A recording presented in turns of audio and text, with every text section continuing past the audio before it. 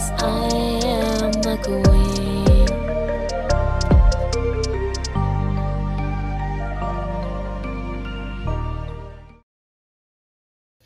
Hey guys, welcome back to another book rant, and today is a special one because it is the season finale of this section of book rants. And before anyone says of like, oh, there wasn't that many, if you watch the first one that was on, if you're on Spotify and you watched it from there on the first one, if you remember, I said I started this originally on my YouTube. I just didn't feel like transferring all the videos over.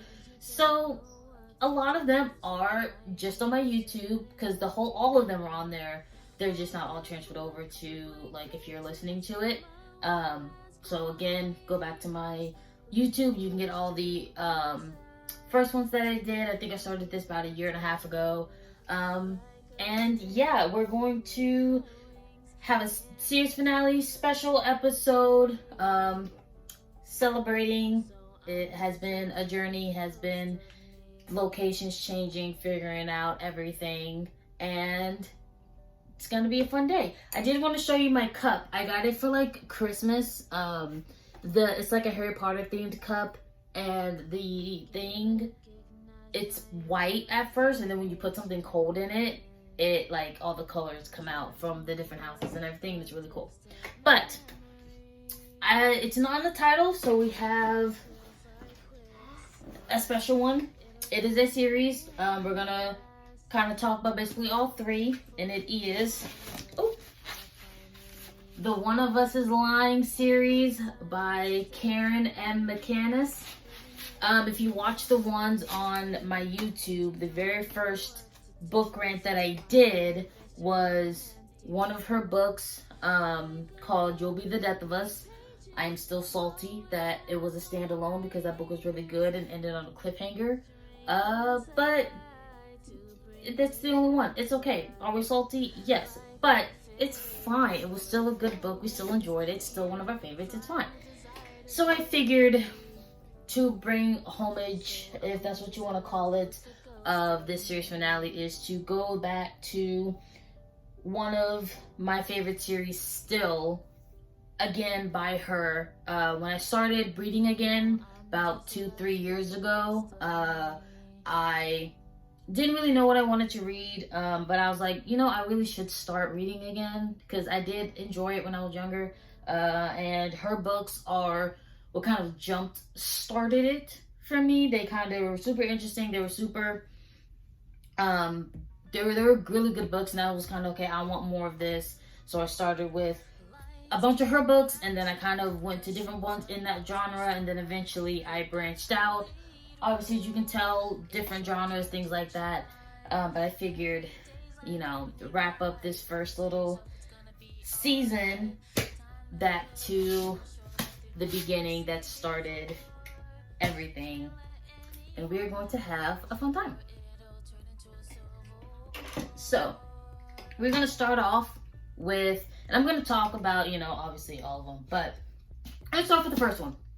One of Us is Lying. Okay, this is the first one. This one started it, everything.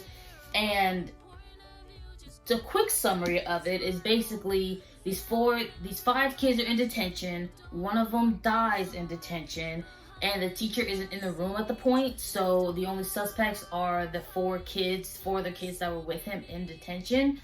So that's what this whole book basically is investigating how he died and things like that. Because when they do it, they realize, okay, he had an allergic reaction because he's allergic to peanuts. So it's like, okay, one of these kids somehow slipped him peanuts. And what the thing is, none of these kids are really friends besides, I think, like Addie and Cooper are kind of, they hang out more than the other ones just because of like the social circles that they are in. Brony's like this really smart girl, this brainiac. She's in a lot of like clubs and things like that. Addie's the popular girl, things like that. She's dating the popular guy, obviously. Cooper is the athlete, the jock. He's, again, one of the other popular kids. That's why him and Addie are kind of know each other.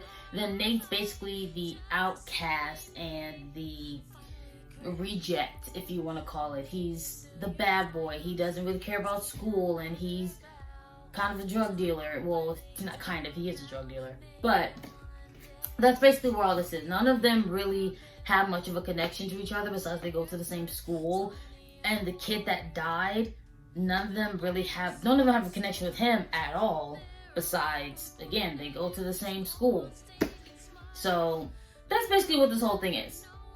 Is just really just discovering, trying to figure out, you know, how he died, because they all know that they didn't do it. So it's like how he died, who could have did it, why it happened, what's the connection. And when I tell you this shit gets crazy, this shit gets crazy. Because you start off, you know, they end up becoming friends, which I like. Nate and Brony have a cute little connection, which I like. And given that this is young adult, you don't get a lot of on-page things. They do have like a pretty heated makeout session at one point. But again, with it being young adult, you don't get too deep into it on page. But, you know, you let your imagination have its fun and everything else. So, that's where we get to it. There's more people at play. You find out, a lot of it, again, like with these mysteries, you don't find out a lot of things until the very end. Secrets come out. It involves Addie's boyfriend, Jake, who he becomes very important, and it's very a hot mess in his own fashion. And I just want to say, this book, I was not expecting, because it didn't make sense. Because none of them were talking to each other, none of them were really even next to each other, and all of a sudden he has an allergic reaction. They can't find EpiPens. None of them even have their phones, because obviously they're in detention. They don't have their phones with them. So the teacher leaves the room all of a sudden, and it just seemed too put together for no one to have noticed anything. And I'm just gonna get into it. It's the dumbest shit of why he fucking did it. Simon basically killed himself. It was basically suicide at that point, because he put peanut oil in a cup. They have a water thing set up in the classroom, and one of the cups, there was peanut oil pre-put into it. So he drank the water, which that's what they were trying to figure out, of who put the peanut oil in it. Simon did earlier in it with the help of, you know, Jake and this other girl that he was friends with. His reasoning for why he did what he did, I'm gonna be honest, was a little bit dramatic. Because all of them being in detention, those specific kids, was planned. Because, they did something to me. Because Simon, he felt Brony lied to him about some audition thing that they were supposed to meet. It was for like this debate team or whatever. You have to be somewhere at a certain time to like do whatever. He thought that she lied to him about the timing.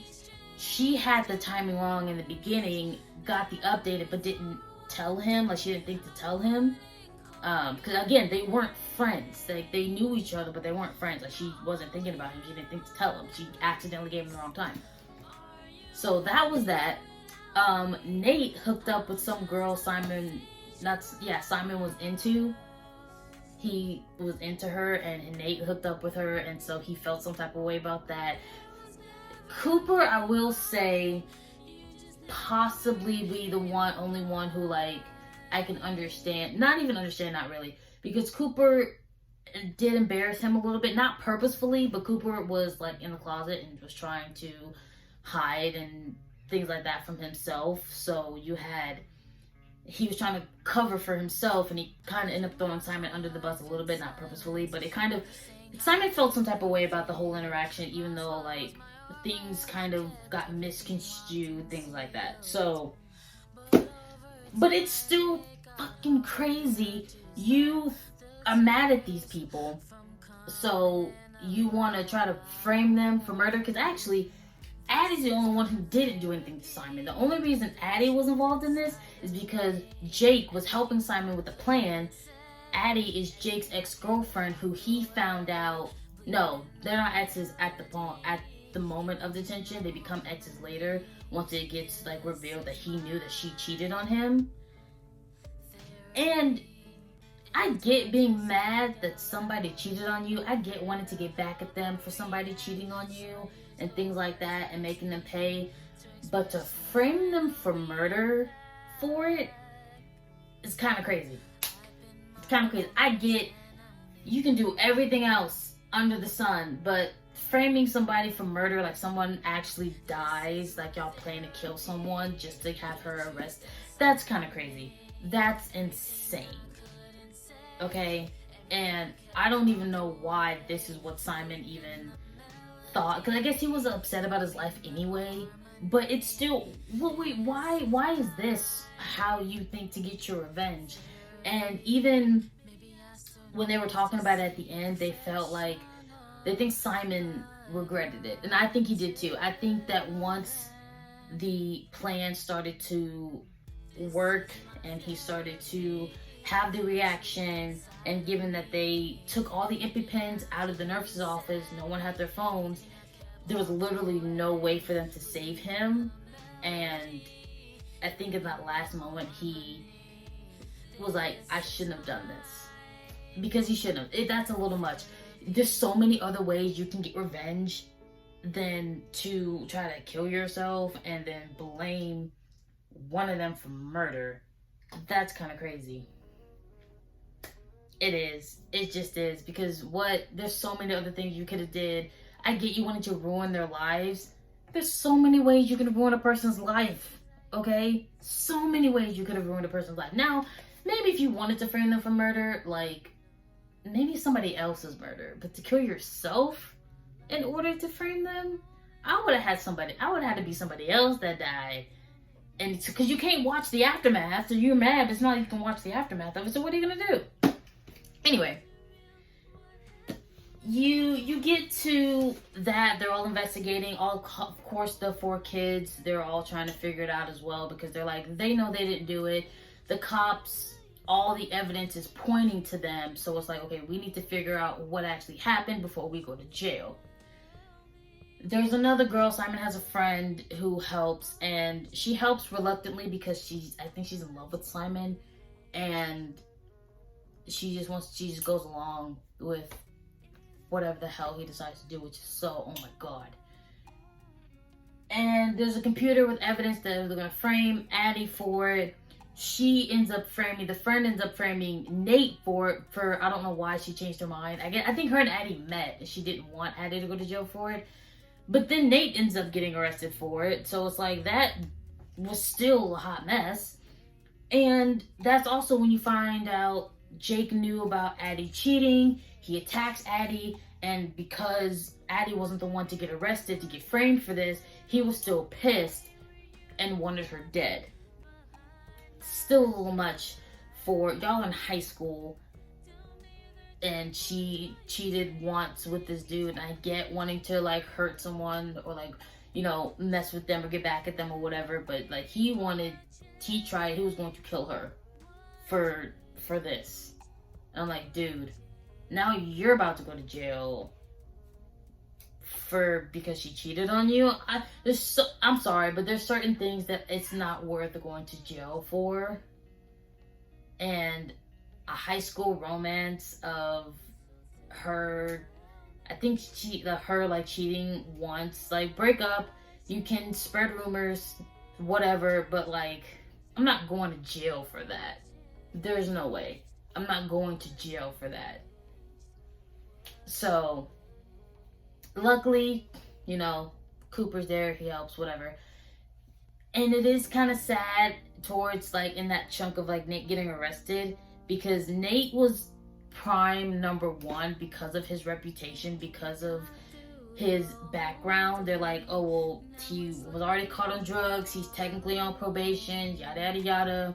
They're like, he's most likely to do something like this, which that doesn't make any sense. Like, someone selling drugs doesn't make them a killer. I'm pretty sure it was just weed that he was selling. And, like, that doesn't make him going, be like, oh yeah, he's obviously the killer. That's stupid. Come on now. But, you know, he broke up with Brony. Him and Brony do get together. I figured you figured that out from when I said they, like, made out or whatever. They kind of, I don't know if it's, like, official, but they're, like, we're kind of a thing, but they don't really have a big conversation because of everything going on. And, you know, he breaks up with her because he's upset. He hates himself. He thinks that she deserves better, which is why, in my opinion, Nate is honestly probably the best one out of this whole book. He is probably the best character out of this whole book because he's just trying to get by and get through. Everyone else has their own self-entitlement, self-preserve type of thing. He's just, because he's not rich, he is basically raising himself because his parents, his mom, I think, or his dad, they're not really around or really taking care of him. He's basically raising himself. I think he's probably the best one out of all of them. He's my favorite, frankly.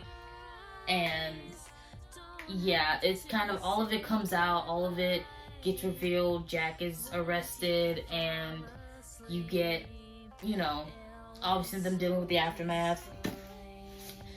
And you have, you know, your nosy people. There's this reporter that is he's so irritating. He's one of their classmates, and he was just doing the most, okay? He was doing the most. He just wanted a story, and he was writing all types of bullshit, okay? And then Brony has a sister, Maeve, who, she's sweet, okay? She's not terrible. She was really just trying to help. She wasn't, like, too huge of a character at the moment. Because some of their families were involved in it, obviously, because, like, their kids just got arrested for murder, and, like, their kids are suspects. So their parents were kind of involved in it.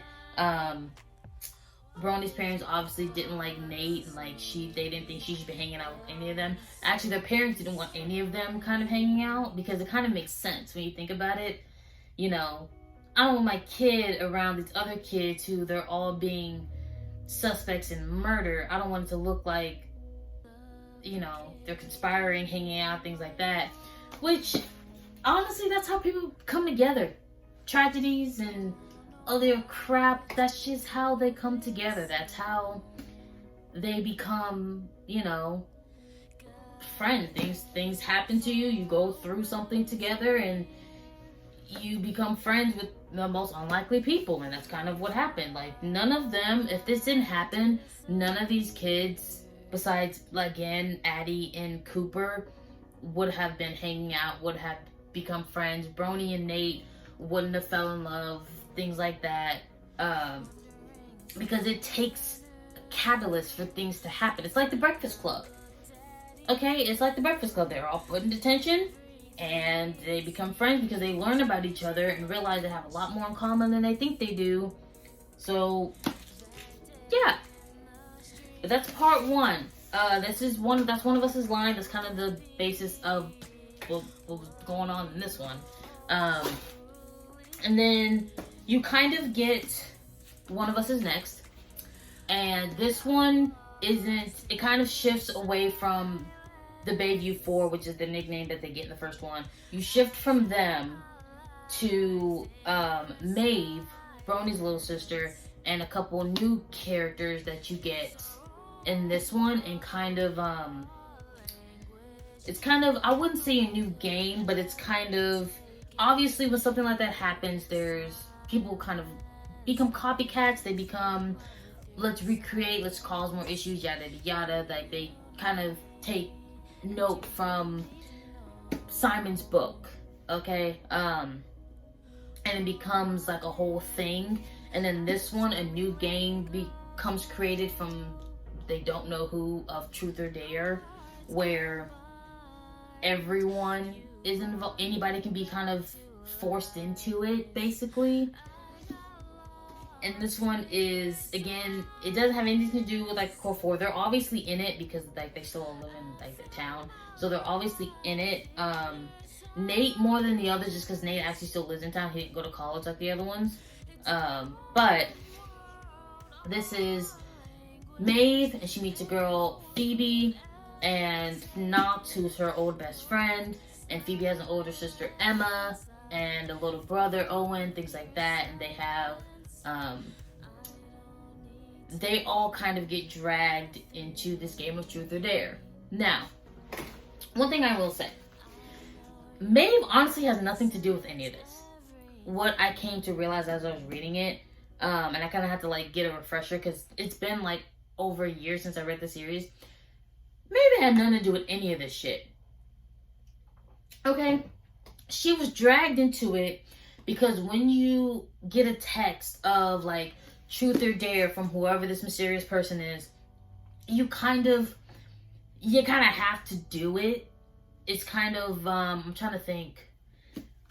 If you've seen that movie, Truth or Dare, where it's like an evil spirit type of thing of you have to answer the question, you have to either tell the truth, do the dare, or something bad happens. That's kind of what happens of this. It's like you have to pick something, and usually the person kind of knows the truth, and they use it to expose you in a way. And Maeve's secret was more to do with her best friend, who she used to date, and that secret got out. And like when you kind of look back through it, Maeve, they had random kids obviously getting truths and dares because they couldn't just straight up target who they were actually going after, because then they put it together. Maeve gets dragged into it. Phoebe gets dragged into it, which Phoebe's actually connected to it technically, and then Knox also, I believe, gets dragged into it. Because Phoebe's one of the actual targets of what it was, but obviously, yeah, you got to get other kids into it, and eventually, this kid Brandon dies, and that kind of shifts.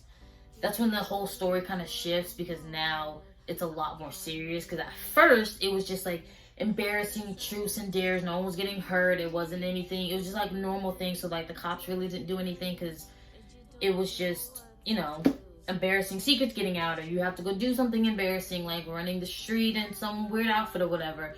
But then one of the dares ends up resulting in a kid dying. So then that's when the story kicks off of what the fuck is going on, who the fuck is causing this, and things like that. And Maeve, being Maeve, obviously gets into it because she's a little detective and she wants to know what's going on.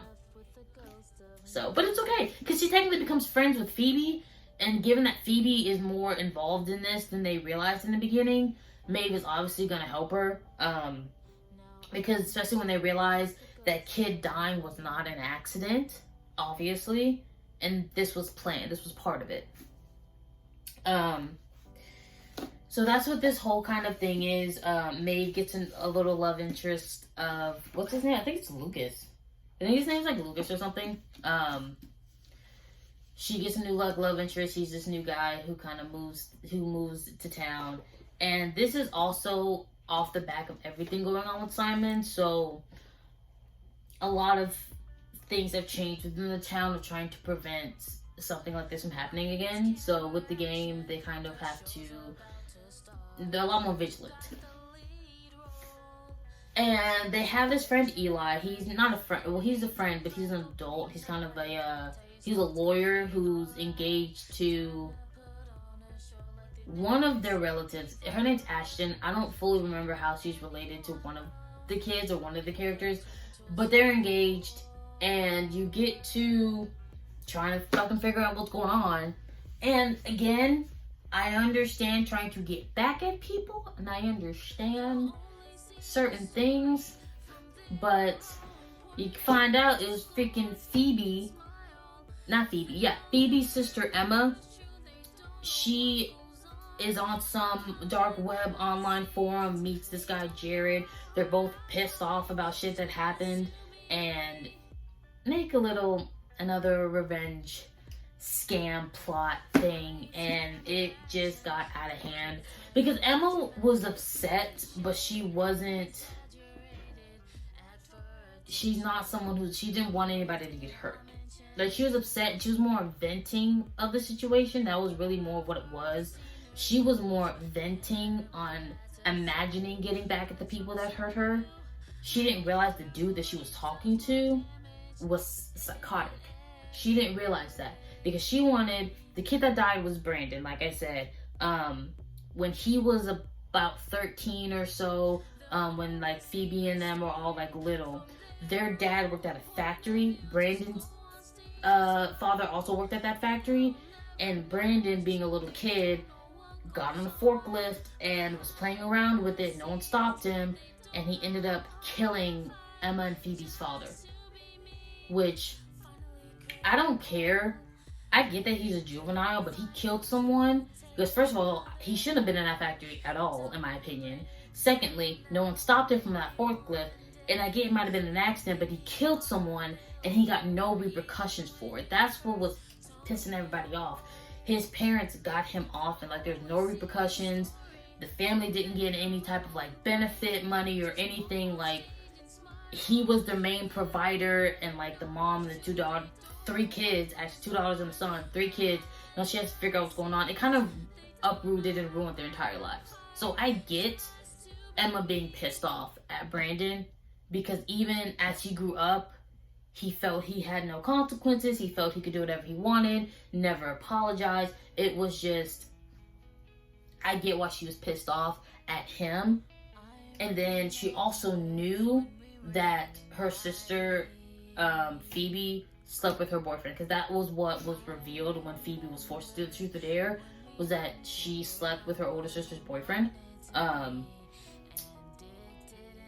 So, which honestly, thinking about it, there's like a little bit of like an age difference. So I'm thinking, why did the boyfriend sleep with her sister? That's the most question. I feel like Phoebe might be a little bit of a victim in that situation, but they're all minors, so it's not how it works.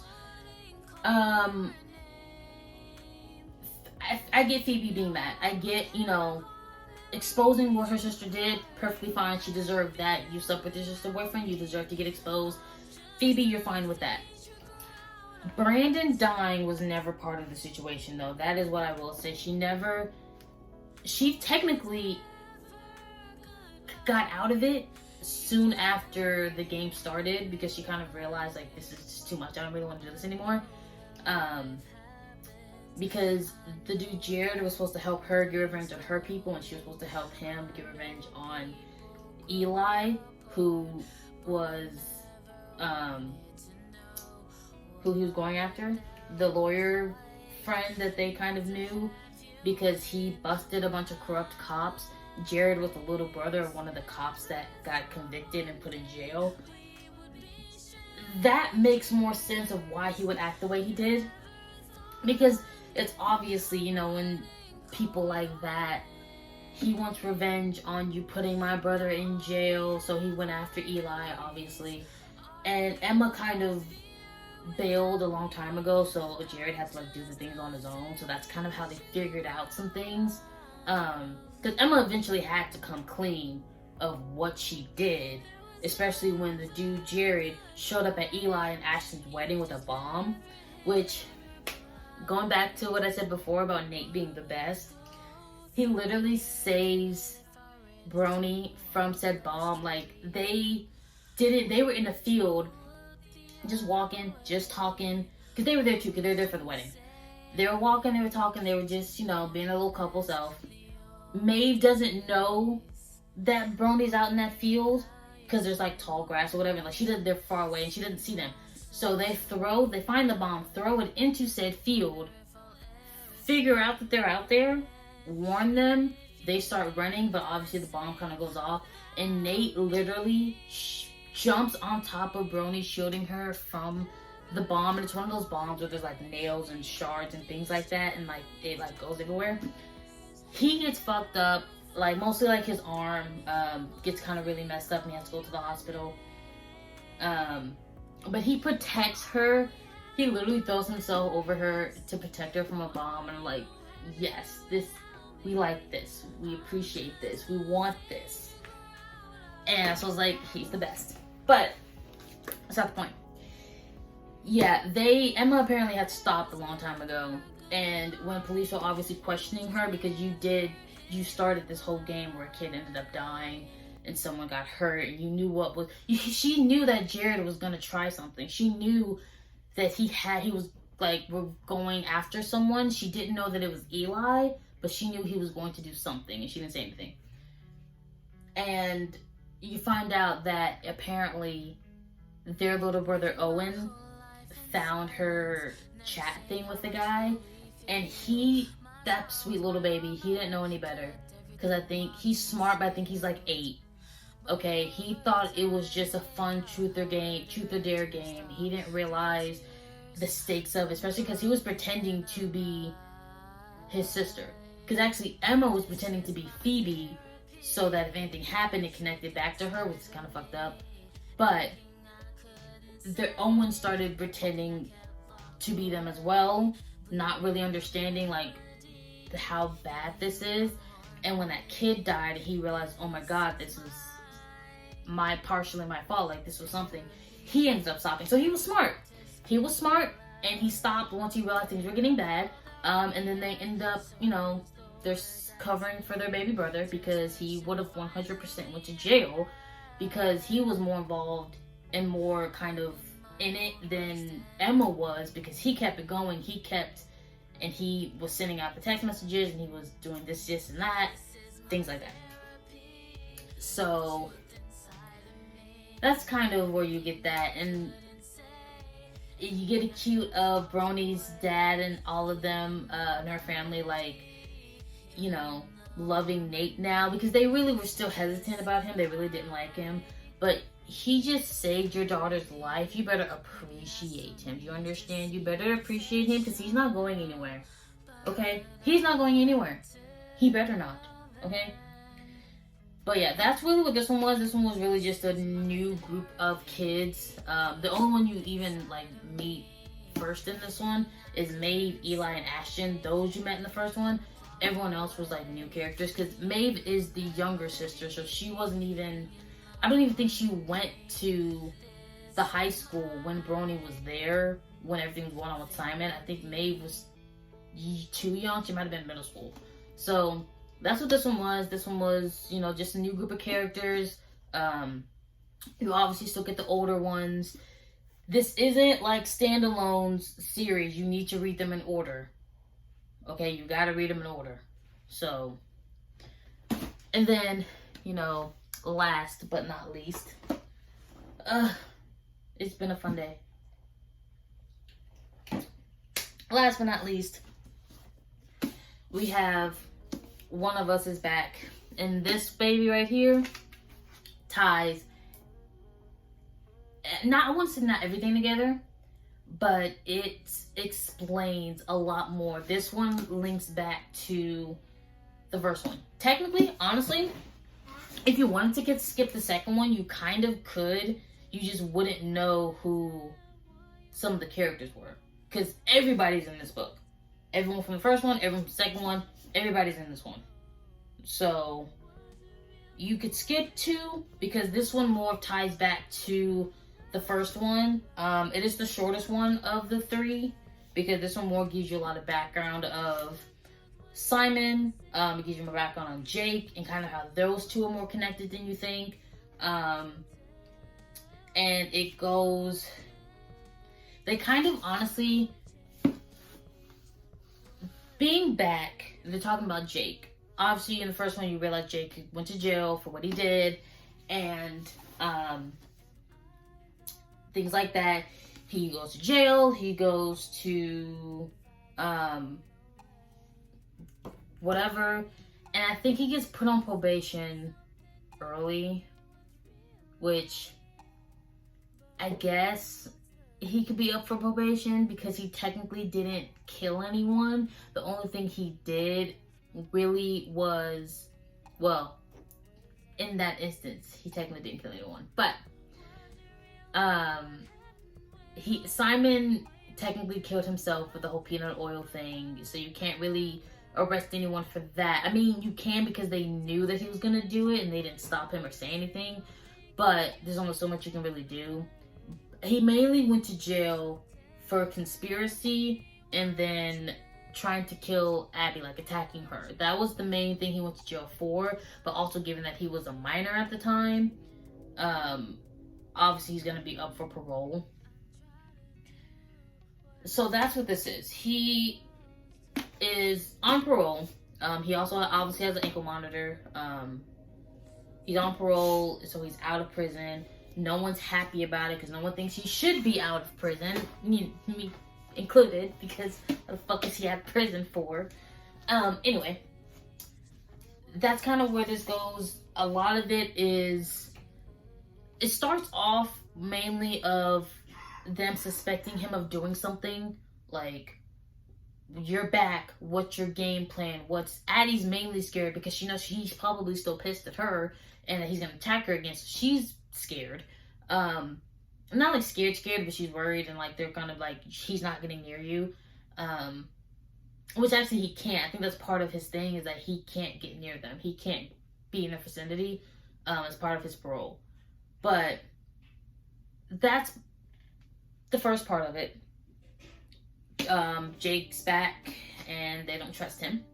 And then people start going missing. People start getting kidnapped and disappearing and yada yada yada. And they immediately start thinking it might be Jake, that he's up to something again.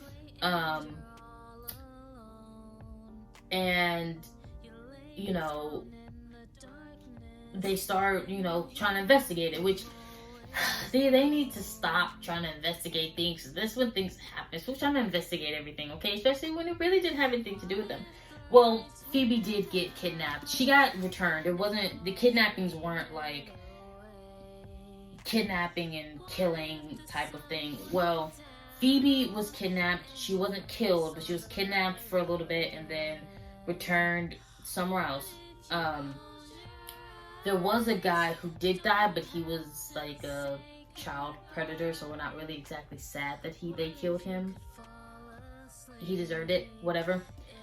And I think someone else gets kidnapped as well. But this one, when I say you get a lot of background, you kind of get to, why did Jake help Simon to begin with?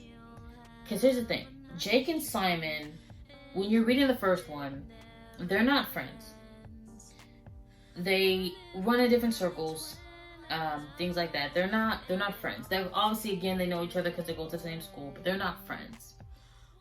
So why in the world, how did Simon get Jake to help him with a murder plot?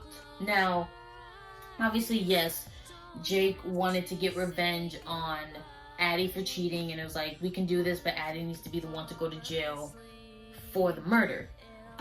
Cool. But that still goes back to the first question.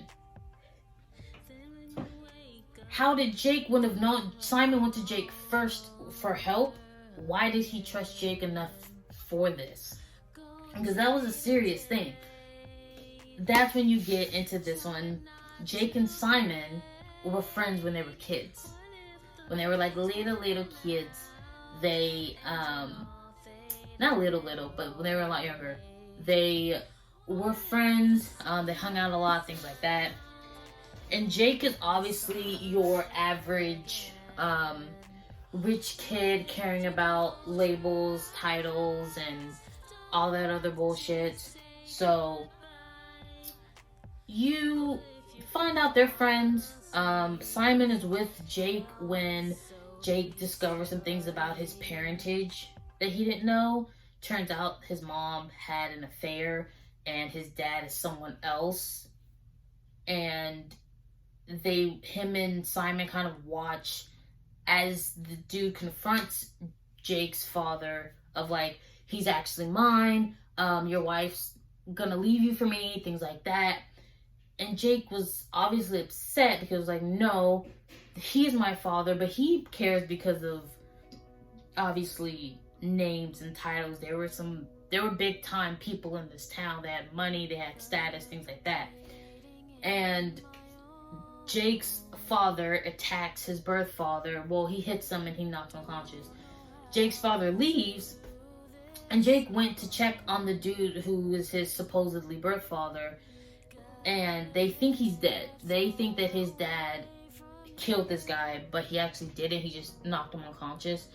And Jake takes it upon himself to cover his face with a pillow and suffocate him.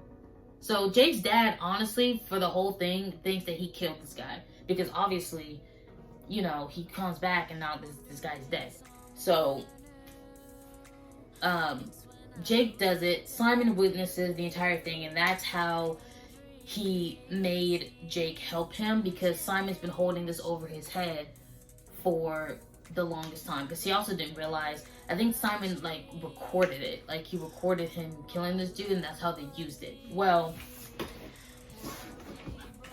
giving that May, that's when we circle back. It always ties back to Simon and Jake. They started this whole thing, and it all ties back to what Jake did, because the people who were doing the kidnappings and causing all these problems around town, the dude who was Jack's birth father, he still has other kids, because he had his own family first before he fell in love with Jake's mom. He has other kids. Simon, being Simon, causing problems from the dead, which is basically what was going on, is everything was coming out and Simon was still causing problems from the dead. And I'm like, bro, seriously? He sent a letter to his kids telling them, by the way, Jake killed your father, he suffocated him, he didn't drown. Because that's what the thought was. I think they threw his body in like the ocean or something, because they were on like the ocean side or whatever. That's Simon over here causing problems, and the man is still already dead. He's still causing issues because things came out. He had things planned. He had things scheduled. Simon thought this through, okay? He thought he was thorough in this plan. So you get one of the kids wanting to get revenge, which, again, you know, this is something. He killed my father. I wouldn't have been kidnapping other people, because the thing is, she had the evidence that could have put Jake back in jail. That's what was crazy. She was kidnapping people, practicing, because she planned to kidnap like Jake and all them. I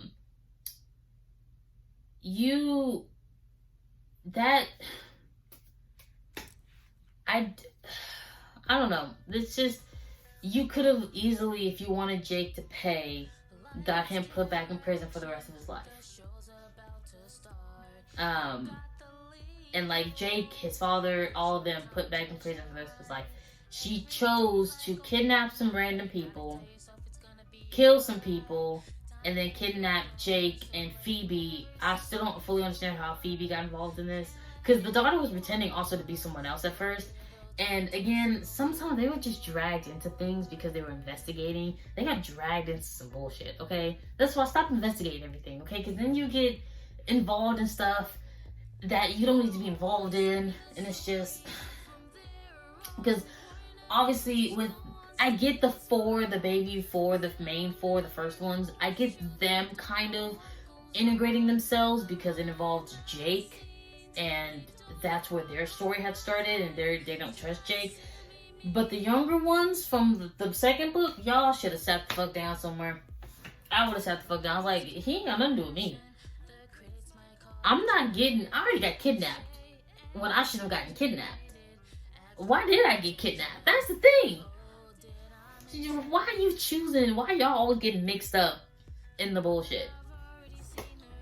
But, you know, Jake ends up being killed in the scuffle. Phoebe survives. The daughter and her boyfriend get arrested, obviously, for kidnapping, killing people, whatever. We're not sad that Jake's dead. He tries to redeem himself. No, there's no redemption. You need to be in jail. I don't care. You let a boy fake his death because he was butthurt by, the stupidest shit from High School Mess. Of like thinking people did something to him that they really didn't do. Because again, Brony gave him things by mistake. Nate was probably, I would say, the worst one because he did kind of humiliate him a little bit, not purposefully. Not Nate, Cooper. But Nate didn't do shit. Nate hooked up with a girl that he liked. I'm like, bro, that's not... She wasn't interested in you to begin with. So, I mean, she might have been pretending, but she was also a little bit drunk because it was at a party. But either way, we're not sad Jake's dead. Sorry, I'm not. I was hoping that something would happen to him. I really, really was. So, yeah, you kind of... Jake and Simon, this goes back a lot further than you originally suspect because of the two of them. It all started with Jake killing this guy who claims to be his birth father, but he doesn't want anyone to find out about it. He doesn't want, because like he worships his dad and the ground he walks on. He doesn't want anyone to find out that he's not actually his son. And Simon holds that over him until he dies. Because they stop hanging out after that, obviously, because they don't want to be connected. But too late. And again with the Nate and the Brony, even in this one, Brony gets like lost and her phone like dies and no one can get a hold of her for like hours. Because she's in the middle of nowhere. She ends up in the middle of nowhere and she has to like hike her way back home where she can get her like phone's dead. She didn't know anybody's number, so she couldn't call or use someone else's phone, so she just had to get back home to try to call someone. And bro, Nate, his whole world stopped. They couldn't find her and he wasn't having it. He went straight, he was ready to go to jail to take out Jake to figure out what was going on. Like, he was not playing about his girl. She finally was able to call someone, and he was just like, oh my god. He was like, never do that again. Like, I can't lose you. And it was just the cutest thing. And then they get engaged at the end, and I don't think that there's a wedding scene. I don't remember there being a wedding scene. We're gonna look back real quick.